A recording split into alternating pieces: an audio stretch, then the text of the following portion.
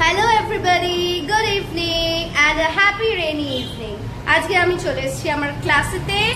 আর আমি জানতাম না যে কতজন পড়তে আসবে, কারণ আজকে সকাল থেকে বৃষ্টি করছে। আর আমাদের বালি এরিয়া মানেই পুরো জলে জলে জলময়, একদম সুপারলেটিভ ফর্মে চলে যায় সেটা।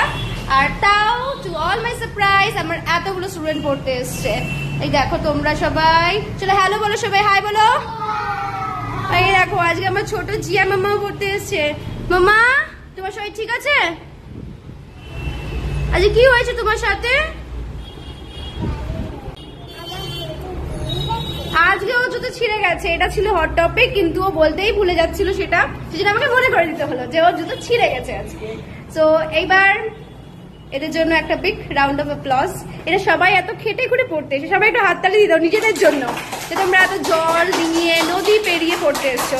হয়ে গেছে হাততালি দেওয়া, অনেক হাততালি দিয়েছো, এবার তোমরা পড়ে নাও। চলো এবার আমিও যেটা আমি এখন পড়াতে যাচ্ছি, এখন পড়িয়ে নি। সবাই বসে আছে আমার জন্য, অনেক ব্লগ বানানো হয়েছে, এবার পড়ে নি। টাটা।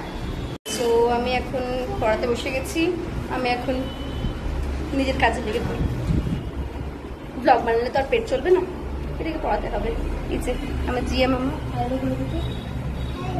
হ্যালো, জিয়া মামা লিখছে, দেখো কি সুন্দর করে, সুন্দর লিখছে। মামা বলছে দেখি আমার লেখাটা, এখন লিখতে শুরু করেছে, লিখছে।